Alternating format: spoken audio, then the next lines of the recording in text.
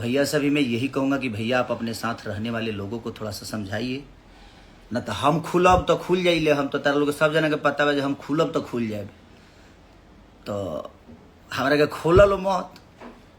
आ के का ह के का ना ह के कैसन ह के कौन लकीर खींचेला के का कैले बा हम काल बतियाब, अभी बरा ना बतियाब। नहीं जा तनी शूटिंग पर तो तू लो, या तो तू सुधर जाए ना तो हम बिगड़ब ना, तो तू लो जान तेरा पूरा पूरा स्थिति बिगड़ जाला। तो हम भैया से, अपने बड़े भैया से रिक्वेस्ट करेंगे कि वो आपके साथ रहने वाले 24 घंटे लोग हैं, उनको प्लीज़ आप थोड़ा सा कह दीजिए। क्योंकि मैं अपने लोगों को बोल दिया हूँ कि यार कोई भी बात मत करो, गाने की बातें करो, अच्छी चीज़ों की बातें करो, चर्चा करो तो भोजपुरी भाषा के बेहतर के लिए चर्चा हो, हम सब भाइयों को बड़ा करने का चर्चा हो, किसी को नीचे दिखाने के लिए चर्चा ना हो। अतर लोग कुछ होता तो खेसारिये से कंपेयर होता है। तो तू सुधर ना तो हम बिगड़ब न बाबू, तो हम बिगड़िए जाइले।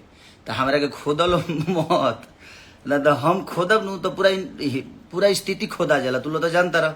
तो प्लीज अच्छी बातें है भैया मेरे गाए और प्यारा सॉन्ग है वो, हम सबसे अपील करेंगे।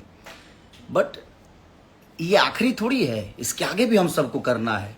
और मेरी शुभकामना है भाई के साथ कि भैया और बेहतर करिए।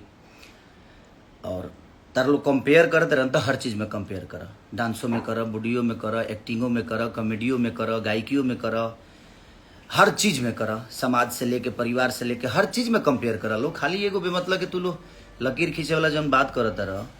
तो उदित भैया तो 10,000 गाना गौले हुई हैं, वो बिहारे के हूँ मैं, तो वो लकीर ना हो। श्रद्धा सिन्हा जी जो हमारी लीजेंड है, उन्होंने बहुत प्यारा भोजपुरी को बड़ा करने में योगदान रहा।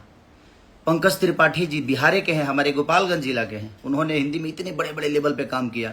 वो गौरव नहीं है, वो लकीर नहीं है। मनोज बाजपेयी जी, संजय मिश्रा जी, भरत शर्मा जी, गोपाल राय जी, ये जितने भी हैं लीजेंड जो हैं, ये सब का है भाई, ये सब वो लकीर ना हो। तारा लोग बेमतलब कि खेसारी से कंपेयर, मैंने कहता हूँ खेसारी के नीचे देखावे के बा, क्योंकि नीचे देखा दला से क्यों बड़ा हो जाई ना।